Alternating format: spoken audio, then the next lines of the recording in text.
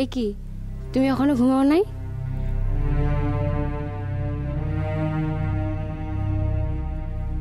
আসলে ওই মা জেঠিমার লগে গল্প করতে করতে একটু দেরি হইয়া গেল।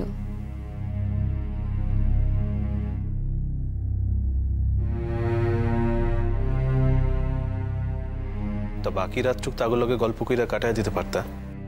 বাবা একটু গল্প করছি তালিকা রাখ দেখো।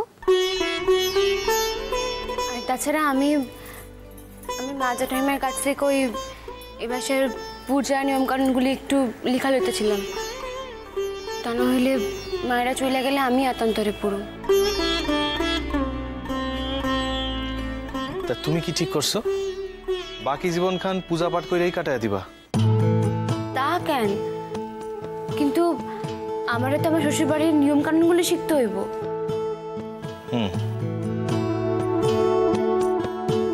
তা বিনয় স্যার তোমার কথা বারবার কইতেছিলেন। হ্যাঁ জানো তো,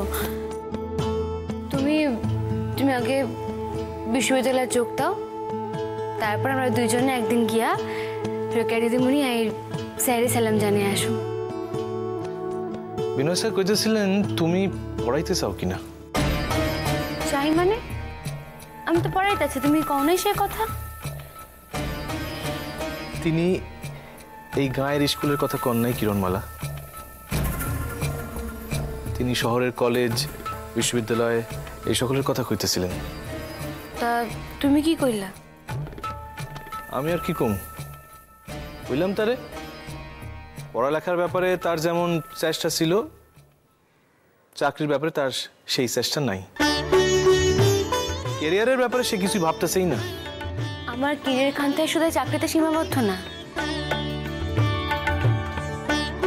আমি তো সংসারটারে সবার আগে স্থান দিই।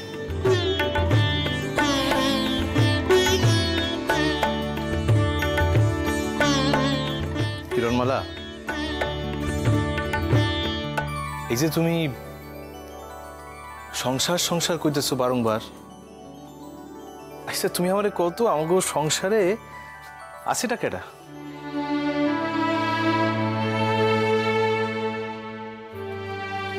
মানে মানে যতটুক যা আছে আপা যদি আমাগো লগে থাকেন তাইলে তিনি সামলাইতে পারেন। না পারেন না। পারেন না? হাইরে বাবা, আপা যদি আমাকে লগে থাকে। আমার সংসারের দায় আমি আপার ঘাড়ে চাপাইতে পারি না। বুঝি না, এত ভারী আশ্চর্য কথা। কিছুই আশ্চর্যের কথা না। তাছাড়া বাবা মা দুজনেই তাকে কেড়ে লইয়া ব্যস্ত থাকবো, বাচ্চা কার লইয়া থাকবো। তাছাড়া সন্তানের বিকাশে যে তার মায়ের ভূমিকা অধিক, এ সকলে জানে। ও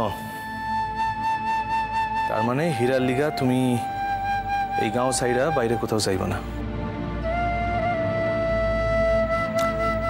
আচ্ছা বেশ, আমরা তো হীরারে লইয়াও আমরা তিনজনে তো ঢাকায় শিফট করতে পারি। কেন? তার নিজের বাসা থাকতে সে অন্য বাসা থাকতে যাইব কেন? ওহ কিরণ, এইবার তুই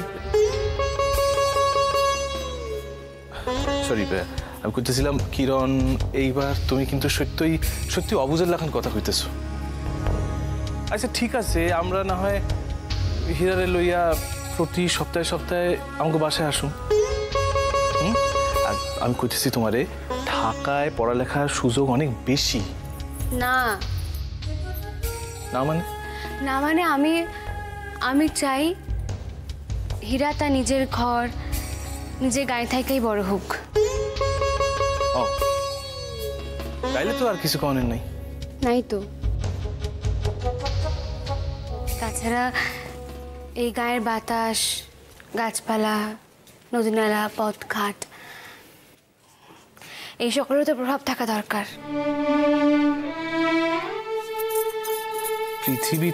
পৃথিবীতে প্রথম জানি তুমি মা হইছো, প্রথম তুমি সন্তান মানুষ করতেছো। সে তুমি আমারে যাই কও না কেন।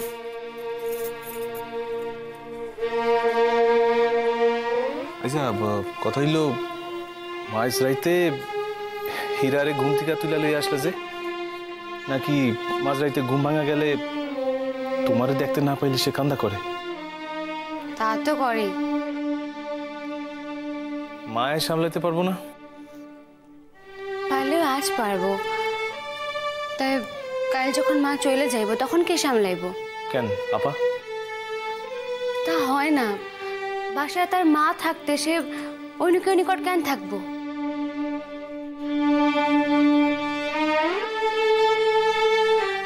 এই কথা মানে?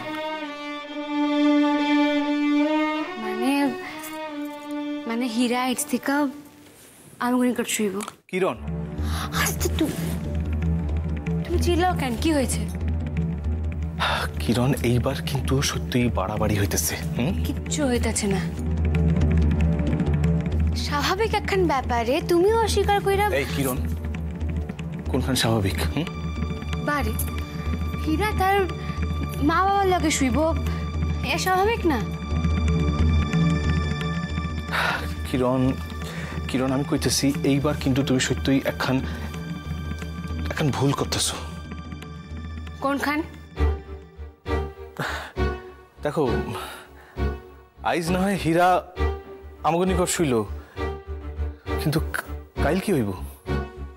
মানে কাইল কি হইব মানে? কিরণ, যখন যখন আমগো আরেক সন্তান আইব, যখন তোমার নিজের সন্তান আইব, তখন হীরা হীরা আমার নিজের সন্তান না?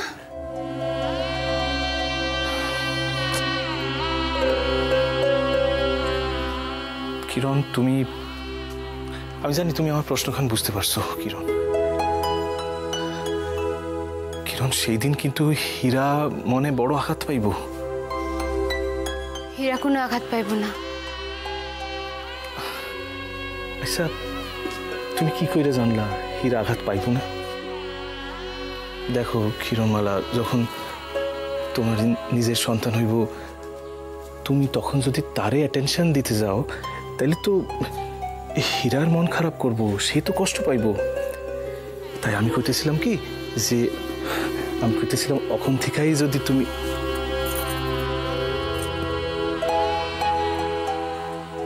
আর কেউ আইব না আমগো নিকট।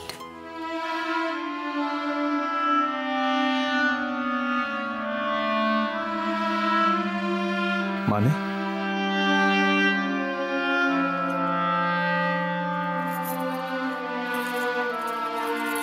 আচ্ছা, আমগো তো হীরা আছে, আর তো কেউ প্রয়োজন নাই আমাগো।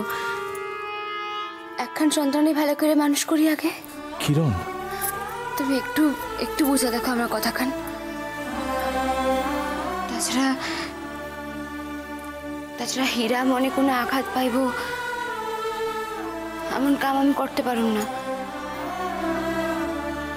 সে যদি পরে কখনো তার তার চলে যাওয়া মায়ের কথা ভাইবা আক্ষেপ করে, তাহলে আমার মা হিসাবে চরম হার হইব। কিন্তু কিরণ, কোনোদিন তো তোমার নিজেরও আক্ষেপ হইতে পারে। কোনোদিন হইব না। কিরণ,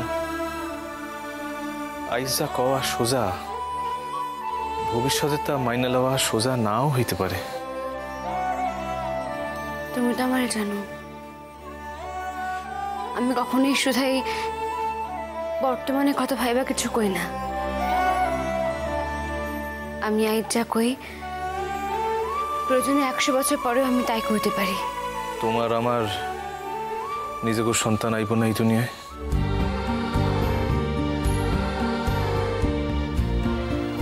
না গো, আমার নিজের সন্তান আইলে যদি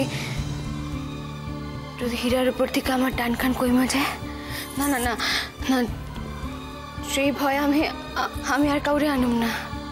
কিরণ, কিরণমালা, এই পৃথিবীতে তোমার আমার উত্তরাধিকার রাখা যাবো না? হীরাই তো তোমার আমার উত্তরাধিকার।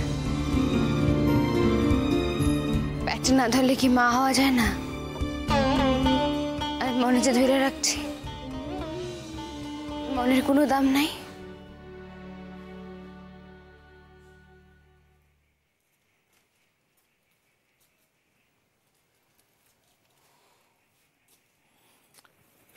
কিরণ, আরে কি করতেছ? ছাড়ো, এটা উঠে যাবে কিন্তু। সরো।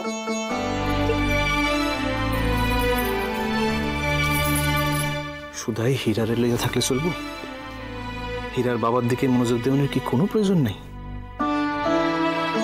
তো হিংসুটা কেন তুমি? কি করুম কত, আমার বউ পৃথিবীর সকল কিছুর উপর নজর দেয়, শুধাই আমারে বাদ দিয়া।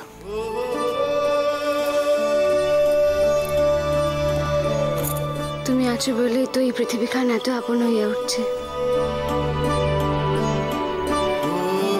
তুমি আছো বলেই তো এক কিরণমালা হাজার কিরণমালা হইয়া ছুঁইতে বাড়িতে পারছে। তুমি আর বোঝো না? বুঝি, বুঝি কিরণমালা। যেমন তুমি আসো বুঝলা, তখন আমার প্রত্যেকটা দিন হলুদ বসন্ত। তুমি আসো বুঝলা, আমার অন্তরে বাইরে সকল সময় এক আনন্দ ধ্বনি খেলা করে। বড় মিঠা একখান সুর বাজতে থাকে, অবিরাম, অবিচল। তা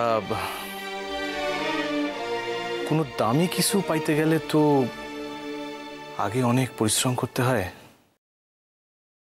তুমি আমার সেই হৃদয় নিংড়ানো পরিশ্রমের ফল। শুধু পরিশ্রম না, কষ্ট না করলে কেষ্ট মেলে না। মেলা কষ্ট করছি এই কেষ্টরে পাওনের লেখা।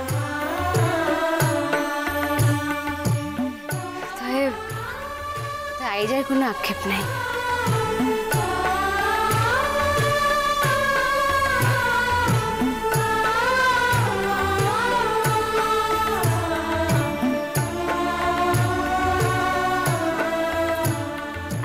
যে আমি শুধাই এই কেষ্টরে পাইছি তা না, আজ আমি সুদ সমেত আমার হীরারে পাইছি।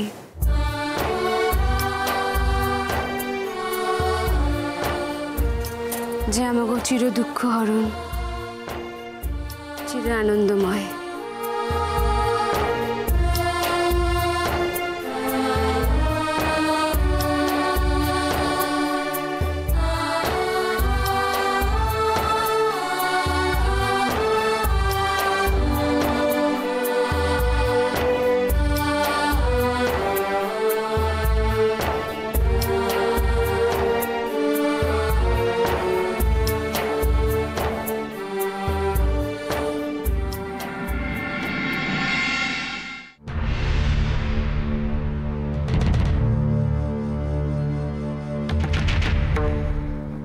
আপনারে এখন কথা কমু ভাবতেছিলাম। হ কোন খালা? কইতেছিলাম যে মানে এখন কথা একটু ভাইবা দেখেন আর কি, মানে আপনার লিগা কিন্তু আমাদের সংসারে ঝড়ঝাপটা পড়তে পারে না। মানে দেখেন দেখেন মানে অহন তো আমার মাইয়ার শাদি হয়ে আসছে, মানে শাদি শাদি যেই রূপী হোক না কেন, শাদি তো হয়েছে। তার লগে অহন আমার মানে কোনো চিন্তা নাই তারে নিয়ে। আর সে তো এখন অন্যের সম্পত্তি হয়ে গেছে গিয়া। মানে এই বাজারে কি কার দায়িত্ব লয় কোন আজকালকার দিনে। এখন আমরা ওই মানে আমার বুড়া বাপ আর আমার বিবি আর কি, আমরা ঝাড়া ঝাপটা সংসার, এছাড়া আমাকে আর তেমন কোনো চিন্তা নাই। মানে আপনার লগে তো তেমন আত্মীয় বা কুটুম্বতা সেরকম কিছু নাই, তাইলে যদি হইতো তাহলে না একখান কথা ছিল আর কি। আর মানে হইতে গেলে তেমন তো কোনো সম্পর্কই নাই আপনার লগে। আমার মাইয়া আপনার সাহিত্যের ভালোবাসে, হ্যাঁ তো কোনো সাংসারিক জ্ঞান নাই, এত পয়সারে পয়সা বলেই মনে করে না, এত বুঝতেই পারে না এই বাজারে একজন মানুষের পেট চালাইতে কত খরচ।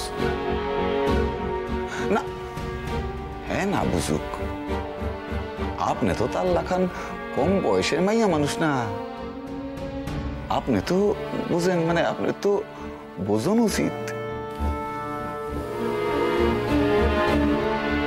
বিশ্বাস যান, আপনি যে কথাগুলো কইছেন আমি বুঝি না তা নয়, বুঝি, আমি সকল কথাই বুঝি। সত্যই তো, আজ কতদিন হইয়া গেল আমি আপনাকে বাসায় আসি, খাওয়া দাওয়া করতেছি, পড়তাছি, মাখতাছি। একটা মানুষের 4 বেলার খাওয়ান দাওয়ানের খরচা কত আমি বুঝি, কিন্তু কি করি কোন খালা, আমার মাইয়া যে আমারে বড্ড ভালোবাসে, কিছুতেই ছাড়তে চায় না আমারে। দেখেন না, ওই কাল গেছিলাম তো কইলো আইস থেকে আমি যেন ওর বাসায় গিয়া থাকি, খুব বকা দিল আমারে। আর কইলো আপা তোমার কোনো বিবেচনা নাই, আমার এত কাজকর্ম, এত দায়িত্ব, তুমি যদি না ভাববো তাহলে কে ভাববো? কইল। ও তাইলে তো আপনার আর এইখান থেকে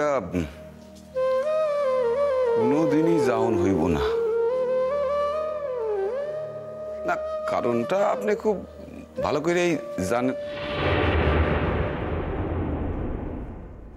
জানেন যে আমার মাইয়া কখনোই কোনোদিনই আপনারে সাইরা দিতে চাইব না,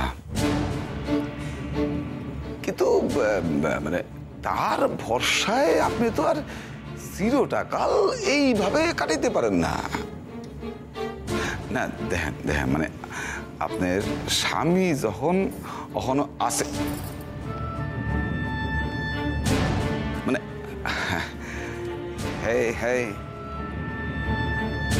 হ্যাঁ যখন অহনো আপনারে তালাক দেয় নাই আর কি, অহনো যখন আপনারে লইয়া যাইতে চায়, তো আপনার যাইতে সমস্যা কি?